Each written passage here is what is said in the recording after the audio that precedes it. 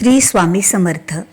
थोड्याच दिवसात इंग्रजी नवीन वर्षे 2026 याला सुरुवात होणार आहे आणि या इंग्रजी महिन्याच्या नवीन वर्षापासून आपल्या प्रत्येकाच्या घरातील एक गोष्ट बदलते, ती म्हणजे कॅलेंडर.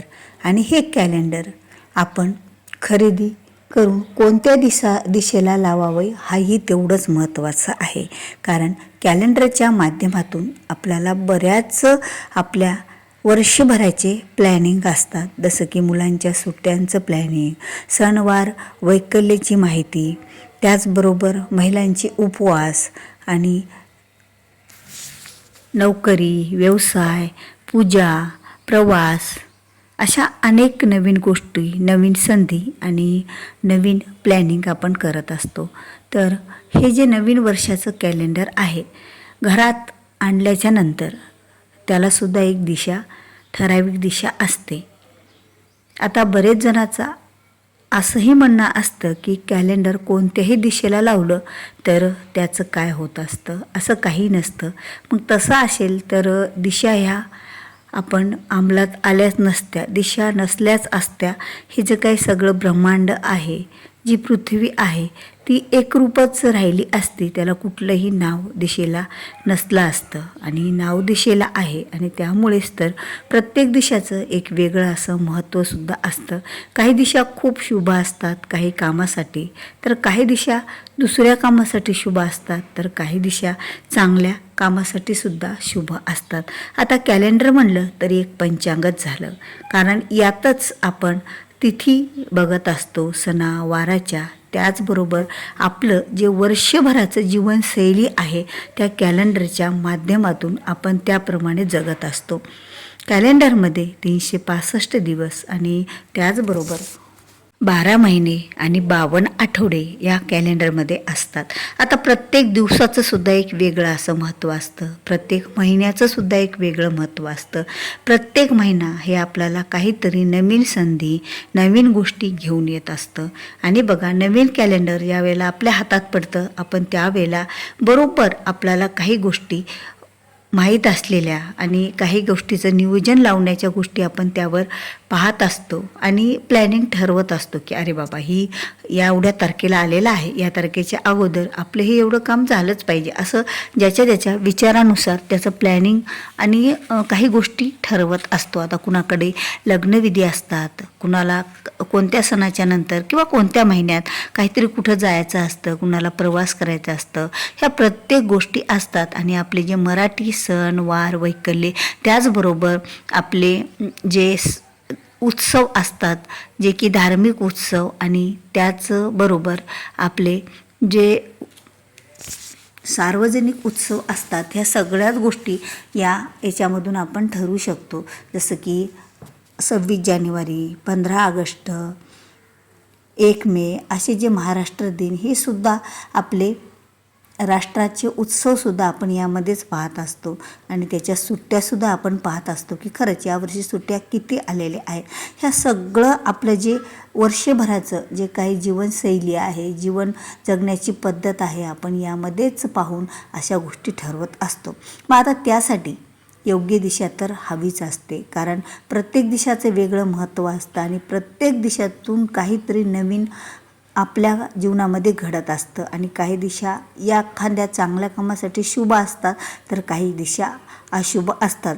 तुमच्या घरातील जर कालंडरने तुम्ही कॅलेंडर नवीन आणलं, तर ते कॅलेंडर जर पूर्व दिशेला लावलं तर आपल्या घरातील आरोग्य हे सुधारत असतं. आणि तेच कॅलेंडर जर तुमच्या घरातील उत्तर भिंतीला लावलं तर आपल्या घराची उत्तरेतर उत्तर प्रगती होत असते. म्हणजे आपण कुठलंही काम बघा, त्या दिशेला तोंड करून पाहतो आणि त्याचं प्लॅनिंग ठरवतो. आणि उत्तर दिशा ही आपली उत्तरोत्तर उत्तर प्रगती करणारी दिशा असते. ज्या वेळेला आपण त्या कामाची सुरुवातच कॅलेंडरमधून पाहून करत असतो, त्यावेळेला आपलं उत्तर दिशेला तोंड असेल, आता कॅलेंडर उत्तर दिशेच्या भिंतीवर लावलेलं असेल, तर साहजिक साहजिकच आपलं तोंड उत्तर दिशेकडेच राहणार. ते कॅलेंडर पाहताना, त्यावरची तारीख पाहताना, दिनांक पाहताना, सुट्ट्या पाहताना, नियोजन लावताना, तर त्यावेळेला खरंच आपलंसुद्धा एक शुभ काम होत असतं आणि आपली उत्तरेतर उत्तर प्रगती होते आणि सहसा कुठलंही कामात अडथळे निर्माण हे होत नसतात आणि ही प्रगतीपर अशी दिशा आहे. म्हणून तर उत्तर दिशेला कॅलेंडर लावणे, उत्तर दिशेच्या भिंतीला कॅलेंडर ठेवणे हे सुद्धा योग्यच आहे. आता त्यानंतर जी पश्चिम दिशा असते बघा, पश्चिम दिशेला जर तुम्ही कॅलेंडर ठेवलं तर कॅलेंडरचं तोंड तर हे पूर्वेकडे राहील, पण आपण ज्या वेळेला कॅलेंडर पाहतो त्यावेळेला आपलं तोंड हे पश्चिम दिशेला राहतं. आता पश्चिम दिशा सहसा एवढी काही वाईट दिशा नाही आहे, पण सहसा पश्चिम दिशेच्या जो काही ऊर्जा मिळत असते ती एवढी चांगली नसते आणि यामध्ये आपण जे चांगले कामं पाहतो त्यामुळे आपल्या काही कामामध्ये अडथळेसुद्धा निर्माण होण्याची शक्यता असते आणि ही दिशेकडे जर काही चांगले कामं तोंड करून केले तर लक्ष्मीची हानीसुद्धा होत असते. म्हणून आपलं कॅलेंडर लावण्यासाठी ही दिशा आपल्याला टाळायचीच आहे सहसा. तर जी दक्षिण दिशा आहे तर खरंच ही दिशा तर आपल्याला आवर्जून टाळायची आहे, कारण दक्षिण दिशा ही पितरांची दिशा मानली जाते. इकडे तोंड करून या दिशेला फक्त पितरांचे फोटो लावले जातात आणि आपण या दिशेला तोंड करून पितराच्याच नावाने सर्व गोष्टी करू शकतो. पितृतर्पण, पितरांच्या नावाने पूजा, ह्या सर्व गोष्टी दक्षिणेकडे तोंड करून केल्या जातात. जर आपल्या घरातील जे कॅलेंडर आहे त्यातील आपल्या जीवनातील काही शुभतिथी असतील आणि आपण त्यानुसार काही गोष्टी ठरवत असतो तर तिकडे तोंड करून जर आपण त्या शुभतिथी पाहत असेल, त्याचं नियोजन लावत असेल तर ही सुद्धा आपल्या घराला काहीतरी वेगळंच स्वरूप येऊ शकतं. म्हणजे कारण ती दिशा पितरांची आहे, ती आपल्या कामासाठी शुभ मानली जात नाही आहे. मग त्या दिशेला एखादं काम आपण त्या दिशेला तोंड करून पाहून जर सुरुवात केली तर त्या कामामध्ये आपल्याला यशप्राप्ती होतच नाही. आता घरात लग्नविवाह, नोकरीविषयीची कामे, त्याचबरोबर व्यवसायाची सुरुवात, व्यवसाय चालणे, अनेक गोष्टी अशा आपण त्या कॅलेंडरमध्ये पाहून करत असतो. म्हणून कॅलेंडर चुकूनही आपल्याला या दिशेला लावायचं टाळायचं आहे. ती दिशा म्हणजे दक्षिण दिशा आणि या दक्षिण दिशेला कॅलेंडर चुकूनही लावायचं नाही, नाही तर वर्षभर खरंच खूप काही भोगावं लागत असतं.